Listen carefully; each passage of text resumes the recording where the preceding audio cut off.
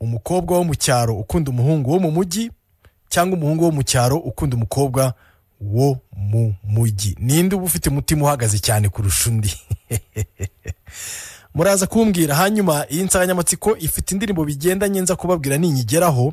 Muraza kumvamo amagambo umuhanzi yaririmbagamo abivuga ukuntu yari ahangayitsemo, ukuntu nituza kwigeraho abantu baza kubona urutonde nashyize kuri WhatsApp muraza kuyibona.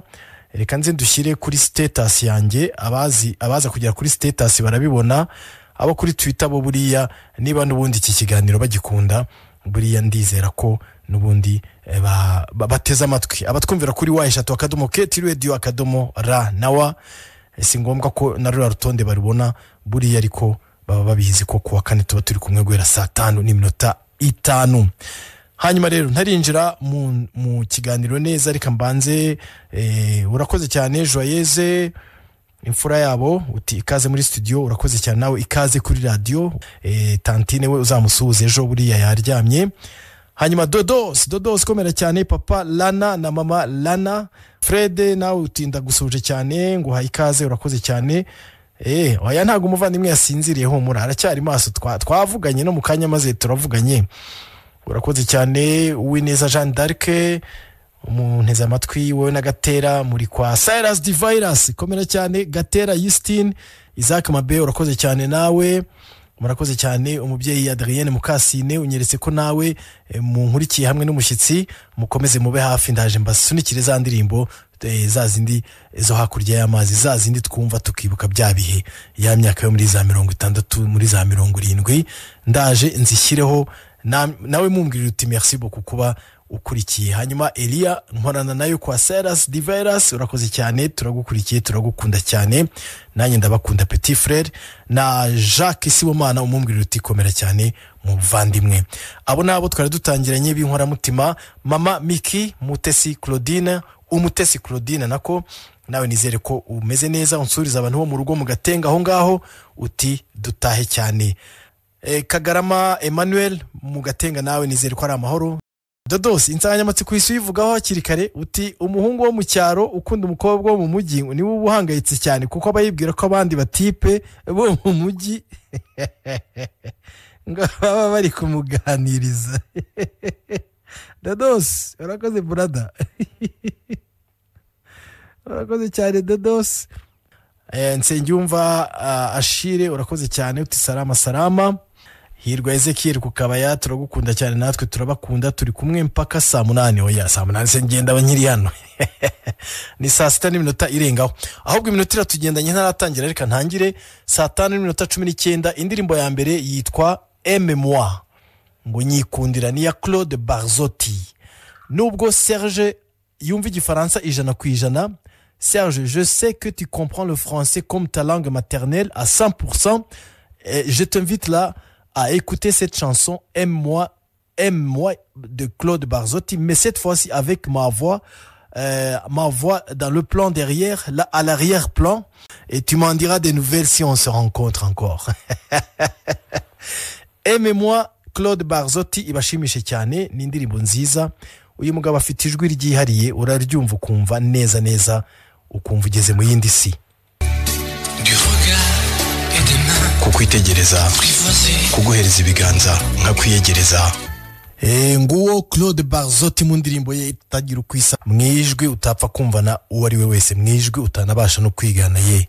Hari ndafite itanya ngo je vous regarde tendrement mais le courage m'a manqué. Yeah. Hanyuma rero Joyeuse tante aracyari maso, munda mukirize cyane, utumuhungu wa Kayitani ni mutahe cyane, mubyeyi dukunda, kandi Imana ikomeze guhe imagarike n'ubugingo. Nizere ko n'abahungu be aho bari hose bameze neza, uko ari batatu nizere ko aho bari ari amahoro n'imiryango yabo. Fred uravuze tubura rero kuri iyo nsanganyamatsiko, umukobwa wo mu cyaro ukunda umuhungu wo mu mujyi aba ahangayitse, nta nubwo yakwigirira icyizere. Ni Fred Mukasa Jimmy urakoze cyane, uti uwo mutipe usuhuje impanga, uti ngo mutahe. Iyo ni impanga yacu ya gatatu isuhuje Kiribata. Ubwo reka dusuze n'impanga ya 4 Kalisa Festus Gapingu hariya Murambi ya Kicukiro. Twizere ko nawe umeze neza, na Shadia Wera n'abana. Murinda habiwe Lars komera cyane wakoze. nawe kunyereka ko turi kumwe. Noel Bujumbura turi kumwe cyane, merci beaucoup. Hanyuma reka nsubiremo insanganyamatsiko. Uwineza Jean d'Arc, insanganyamatsiko ntabwo wayumvise neza kuko unshubije igice. Navuze nti ninde uhangayika cyane kurusha undi hagati y'aba babiri? Umukobwa wo mu cyaro ukunda umuhungu wo mu mujyi, cyangwa se umuhungu wo mu cyaro ukunda umukobwa wo mu mujyi? Ninde uba ahangayitse adatekanye cyane? Ngayo nguko, iyo niyo nsanganyamatsiko. Dufite n'indirimbo bijyanye n'izimara kujyamo, muraza guhita mumenya ibyo ari byo. Reka dukurikire indirimbo ya kabiri y'umuhanzi Art Sullivan agira ati adieu sois heureuse. Urabeho wowe utarankunze, urabeho wowe natayeho igihe, urabeho wowe nahaye ibyanjye byose, ariko wowe ntundebe nirihumye, reka nigendere nkureke pe. Art Sullivan, adieu sois heureuse. Ariko reka mbanze nsuhuze n'umugabo witwa Ruzindana Jean Claude wahari Masaka, ariko ubu ngubu yaryamye. We tuzaba turi kumwe kuwa gatandatu mu gitondo guhera saa 12:30. Ariko niba atarasinzira par hasard, nizere ko nawe umeze neza cyane Ruzindana.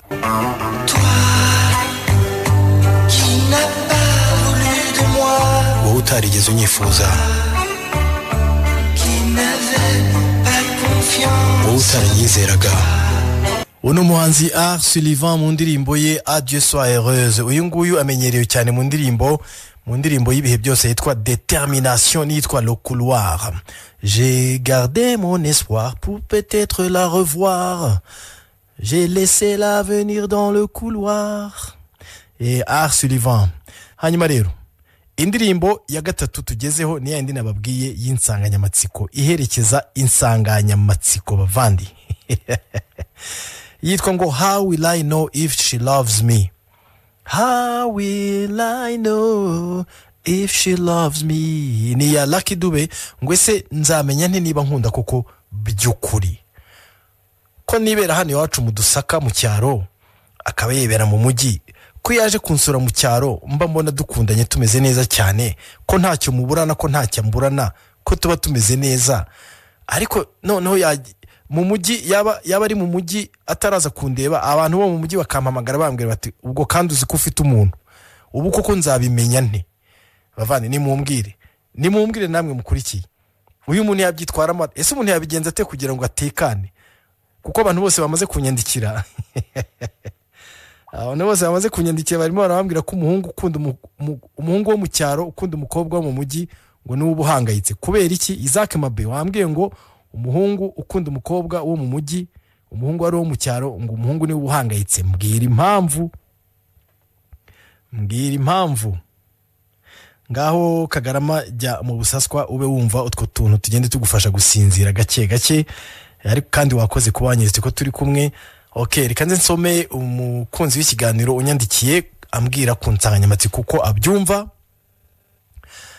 Ku nsanganyamatsiko rero bose bashobora kuba bahangayitse kimwe, kuko byose nta cyoroshye kirimo. Gusa uri mu cyaro yaba umuhungu cyangwa umukobwa barahangayika, kuko umujyi ubamo ibisitaza byinshi. Ako kantu kandi burya uri mu cyaro ashobora kutagira undi akunda, kuko aba yumva ko yizeye umunyamujyi. Yego, mu gihe umunyamujyi kwibuka umunyacyaro biba bisaba rwa rukundo ruhambaye. Yego, ngewe ndemeranye nawe Umutesi Claudine, turemeranye 100%. Umuntu uri mu cyaro iyo yakwemeye uri umunyamujyi, nta n'umuntu watinyuka no kumubaza izina. Baravuga maye se abanyamujyi reka. Urone se baraza kumusura bari baraza kumusura bari kuri moto cyangwa muri benzi, wowe ukajya kumusura ivumbi ryakurenze na kama mbiri icyuya wihanagura byagucanze. Come on, ubwo se urumva ko wajya guhiga n'abanyamugisha? Ibi ngibi uvuze nibyo rwose, nuko nge niko mbyumva.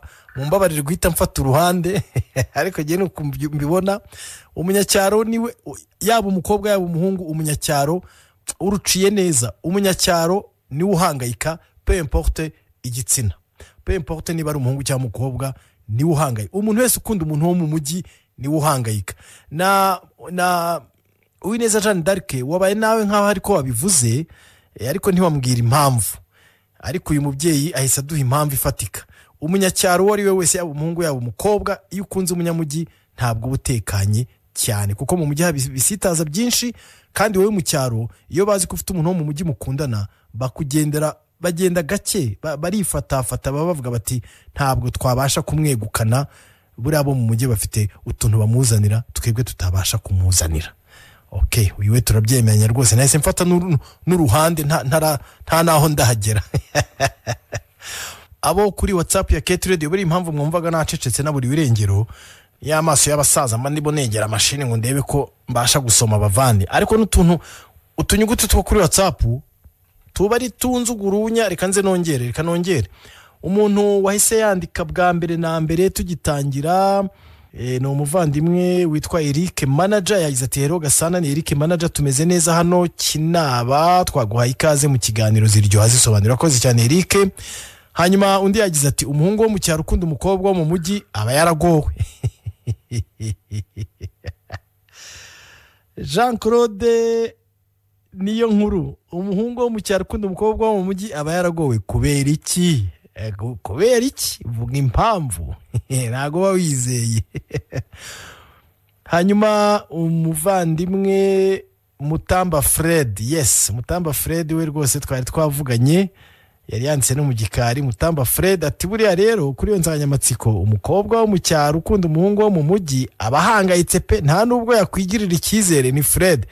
Okay Fred nawe ndumva bijya gusa n'ibyo uriya mubyeyi Umutesi Claudine tubwiye nubwo utari wasobanuye cyane. Gasana turi kumwe ni Clement insanganyamatsiko umuhungu wo mu cyaro niwe uhangayikira umukobwa bakundana wo mu mujyi kubera iki? Abamva bazamutereta.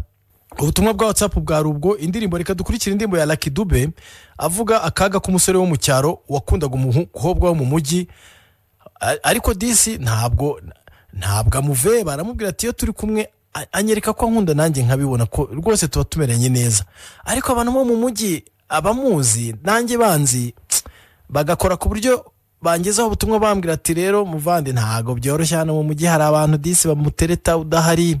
Anyway reka twumve Lucky Dube mu ndirimbo ye How Will I Know If She Really Loves Me. Ngwese nzabwirwa n'iki niba uburyo anyereka ko nkunda yansanze mu cyaro, niba koko niyagiye mu mujyi akomeza kubahiriza urukundo rwacu.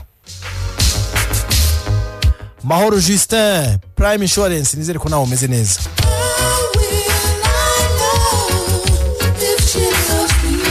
Nzamenya nte ko nkunda byanshobeye. Oh la la mwabyumvise ukuntu bimeze umuhungu uri mu cyaro ukunda umukobwa wo mu mujyi aba ahangayitse pe. Niko Lucky Dube yabiririmbye muri iriya ndirimbo ye. Reka nsuhuza abavandimwe banjye bari hakurya barimo Munyantwari Freddy ariwe Kinywanyi komera cyane brother nizere ko ari amahoro. Paul sana na kazi ubukavuyeho bwije nanjye nkari nako ubukavuyeho unaniwe ubu ndibaza ko mwebwe muri mu masaha y'umugoroba ntabwo burira twebwe tugiye gusatira undi munsi. Kinywanyi Freddy nizere ko ari amahoro rakoze cyane kubunyeretse ko turi kumwe kuri wa3 akadomo Kate Radio akadomo ra nawa nawe Mwamba Theo nizere ko meze neza cyane n'umuryango wawe Ivar na mama we Uwase Blazia nizere ko bose mumeze neza ubampere peace. Uwo mwana Ivar Mwamba uti peace Uncle Bido aragusuhuza unansurize sister Janine uti mukomeze mugira amahoro aho ngaho mu Rwanda rwiyo mukomeze muhaye muronke bavandimwe kandi Imana igikomeza ibabe hafi baho umugisha. Kinywanyi Freddy nawe Gadi umuntu utagivuga Gadi witonda mu bihe Gadi ntagiye na kimwe haba ari mu bibazo haba ari mu byiza Gadi akomeza kuba ari wa wundi. Gadi nizere ko nawe Mwamba yakubwiye ngo ugishyira kuri Kate Radio byibuze yumve ko Bido ajya gutashya. Gadi nizere ko meze neza brother. Nizere ko n'abavandimwe bari hano mu Rwanda bawe nabo bameze neza. Umunsi umwe Mwamba uzambwirire Gadi agira arya yijijisha nkubita ka message ambwira ati ndagukurikiye musaza. Bizanshimisha cyane Mwamba. Reka nizere ko abavandimwe bawe n'umubyeyi bari hari ya Rusizi Kamembe nabo bameze neza cyane. Reka nizere ko n'abantu bo kwisha nabo bameze neza. Protein nizere ko ameze neza cyane. Muri make abantu bose namenye kubera Mwamba Theo nizere ko bameze neza. Ntago nakwibagirwa Maniga Petit Frère Maniga Yakaremye Albert nizere ko nawe ari amahoro. Iby'insanganyamatsiko byarangiye reka dukomeze twiyumvirizwa turirimbo n'ubundi tusigaje mu minota mikeya nkabasigiramo za zinzi zibafasha kurangiza umunsi neza, ariko sinagenda ntasomye ubutumwa bwa Uwineza Jeanne d'Arc ati kubera ko umuhungu uri mu cyaro ubushobozi aba ari buke kandi umujyi ugira ibisitaza byinshi kandi biboneka mu mujyi bitaboneka mu cyaro ni nkuko umubyeyi yabivuze. Hanyuma Isaac Mabe nawe wahise usobanura kuko navuze nti mujye musobanura mumbwire icyo muba muhereyeho. Isaac Mabe wagize uti mu mujyi rero uhageze arakanguka agatangira kubona ibitandukanye n'ibyaho yavuye ndetse iraha ry'umujyi riramukurura rero kwibuka uwo yasize ntibiba bigishoboka. Oya Mabe ntabwo navuze ko ari umukobwa ukundana n'umuhungu bombi bari mu cyaro maze umukobwa akazajya mu mujyi akibagirwa uwo yakundaga. Oya navuze umukobwa uba mu mujyi n'umuhungu uba mu cyaro bakamenyana muri ubwo buryo. Nge nkivira mu Dusaka iyo ngiyo ibuzinganjwiri nagera mu mujyi nkabenguka umukobwa nkamubwira ko giye wacu ari mu cyaro akavuga ati rwose reka dukundane nta kibazo ndabona nkwikundiye nzajya nza kugusura ibuzinganjwiri nawe uze kunsura mu mujyi bakemeranywa gutyo. Ariko umuhungu yaba ari mu cyaro umukobwa yaza kumusura akabona biracamo, ariko abantu bamuzi bari mu mujyi bakajya bambwira ati ariko shaka sa wa mukobwa wawe ko tubona hano mu mujyi bikomeye cyane urabizi ko biba byifashe. Ni ibyo ngibyo navugaga, ntabwo navuze abakundanye bari mu cyaro maze umwe agasiga undi mu cyaro. Usibye ko nabyo bijya gusa birajya gusa ariko sibyo nge nari navuze mu nsanganyamatsiko. Gusa birumvikana ibyo wari uvuze byose birahuriza kuri cya gisubizo twahawe n'umubyeyi Umutesi avuga ko ari umukobwa ari umuhungu upfa kuba uri mu cyaro biragoye gukundana n'umuntu uri mu mujyi kuko ibimugusha biba ari byinshi, keretse wa wundi wemera Imana atajijisha nka babandi batubeshya batamiriza amashapure mu gatuza ariko imbere ari ibirura, cyangwa babandi bahorana Bibiliya bati kwa jinara Yesu basaze muvandi ariko yagera ku ngeso akagwa nk'ibisusa bikubiswe n'umwuka. Keretse wa muntu wemera Imana nyabyo atabahatisha niwe ushobora kuguha icyizere nawe ukabyiyumvamo utiri uhangayika utumvise n'amabwire. Ngayo nguko ngiye insanganyamatsiko twari turiho, reka tuyisubikire hano iminota yagiye ariko sinatesha agaciro abantu bo kuri WhatsApp niba hari abandi bagize icyo bavuga. Oya basoreje aho ngaho ndabafite batatu. Muri aho neza nitwa Salomo ndi Burera Kinyababa ahazwi nk'Inyabizi. Umuhungu ukunda umukobwa wo mu mujyi umuhungu ukunda umukobwa wo mu mujyi arahangayika cyane kuko mu mujyi habayo ibirangaza abagenzi benshi mu mujyi byihorere. Hari ikintu numvisemo Salomo iganze Salomo Ethan, hari ikintu numvisemo muvandi mu butumwa bwawe numvisemo ikintu gusoza ubutumwa uvuga uti byihorere. Buriya hari ikintu numvisemo ariko jikaze kiwume brother buriya ntabwo ari Imana iba yageneye umuntu. Umva umuntu bihira aba yarabanje gucisha aba yarabanje kubandwa cyangwa gucisha inzuzi gutera inzuzi. Hanyuma Gasana vuga Hollywood muvandi abanyamujyi kwizerwa biragoye kubera impamvu mu mujyi haba technology nyinshi. Umuntu wanditse ubutumwa arandangije umva impamvu mu mujyi haba technology nyinshi ashyizeho inka 30. Uyu mvandimwe n'indera ni Jean Claude niyo nkuru. Gasana vuga Hollywood muvandi abanyamujyi kwizerwa biragoye kubera ibihabera muvandimwe biba biteye ubwoba ubirebesha amaso ukumirwa gusa. Sorry brother Jean Claude ndabyumva cyane. Biragaragara ko mu mujyi ari ikibazo haba ku mukobwa haba ku muhungu, ntabwo ari umwe gusa uhangayika. Next time would you translate for us the song called Bring Me Your Cup by UB40? God bless brother Clement. Nzagerageza Bring Me Your Cup. I got the bottle. Bring me your cup. Ngo nzanira igikombe cyawe mfite icupa ngusukiremo umuvinyo nawe ubu unyunyuza wumva uko bimeze. Mukasa Jimmy wumvise umuntu ukunda Bring Me Your Cup. I got the bottle. Indirimbo nzayibasha. nzanira agacuma mfite umuheha. Clement wazamfashije kwisobanura ukayinyoherereza amagambo yayo nkazareba uko wayisobanuye nkazageranya n'ibyanjye nyoherereza igikopo mfite icupa cyangwa nyoherereza agacuma mpagacuma mugushyiriremo umuheha niko nzayisobanura nzagerageza ariko mwakoze cyane abantu kuri WhatsApp ari abo mu gikari nawo kuri Keti Radio Imana ibaho umugisha cyane bavandimwe reka nizere ko Jean-Luc mu Buholandi uri amahoro reka nizere ko Mukasenyambo Claudina Madi mu Bufaransa nawe umeze neza cyane na Ntaganzwa Asumuta Muhaye Impundu Nunu nawe nizere ko ari amahoro na mama wanyu na Claude na Jacqueline n'abandi bose muri kumwe n'imiryango n'abana banyu nizere ko mwese ari amahoro dutahe cyane nubwo benshi ubu ngubu basinziriye ariko reka nsuze n'umugabo bita Kelly Showboy ugeze kuki muvandimwe umuhanzi urimo kuzamukana imbaraga nyinshi cyane witwa Kelly Showboy muzajye kuri YouTube murebe mwandikemo Kelly Showboy ariko boy ntimuzandike Y muzandike O na I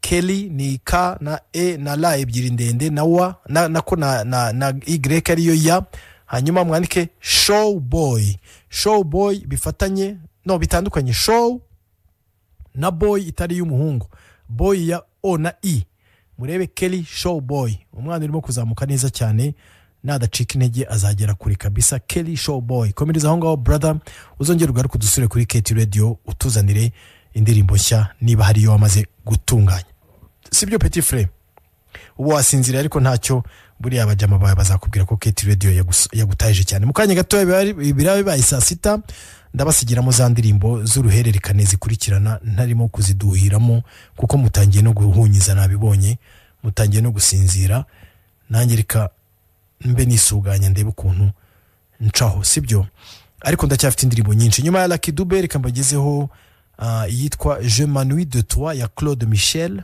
ni indirimbo iri mu Rufaransa ruryoshye cyane iyi ndirimbo kuwa kabiri nari nazishyizeho impamvu nazigaruye hari abari bazisabye ntibazumva ariko nizere ko muri buzumve noneho Je m'ennuie de toi ya Claude Michel ifite injyana imwe niyitwa Stand by Me ya Ben King ndashaka kuzamenya hagati ya Ben King na Claude Michel uwatwaye injyana yundi ariko uko bigaragara ashobora kuba ari Claude Michel yaraterese cyangwa yarumvikanye na Ben King akamutiza injyana agashyiramo amagambo Ben King we yayise Stand by Me ni hagana muri za 70 Je m'ennuie de toi ya Claude Michel nawe ni muri hafi muri za 70 na kuko iye ni ya nyuma ya Ben King gusa reka mbabwire ko zifite injyana imwe reka dushyiremo tubanzi ya Je m'ennuie de toi ya Claude Michel hanyuma ya Ben King iraza kuza nyuma ya saa 6 kuko mukanya ni saa 6 kandi nyuma yaho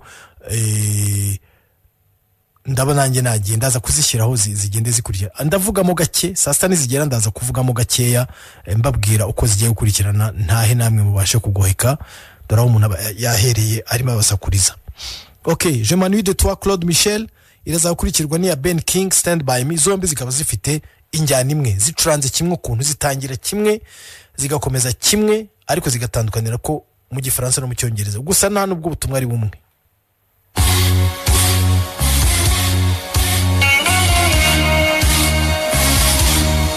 When the night has come narindirimbiyemo ntuza narindirimbiyemo ya Ben King kugira ngo mbumvishe ukuntu bimeze kimwe ndabizi ko ari aho narincanze Je m'ennuie de toi ndagukumbuye dans ce petit café ndi muri ka kabari nibyo nababwiraga rero iyi ya Claude Michel Je m'ennuie de toi yayisohoye mu 1975 mu gihe ya Ben King Stand by Me yayisohoye mu 1961 aho rero wa mugani wa rusakara n'uruca abana Ben King niwe wayibanje hanyuma Claude Michel atwara injyana ashyiramo igifaransa ati Je m'ennuie de toi ati rwose ndagukumbuye ndumva merewe nabi Je m'ennuie de toi merewe nabi kubera ko ntakiri kumwe nawe we yaririmbaga ibibabaje mu gihe ya Ben King we yaririmbaga ibyiza ati igihe ntangiye kwiheba igihe ijoro riguye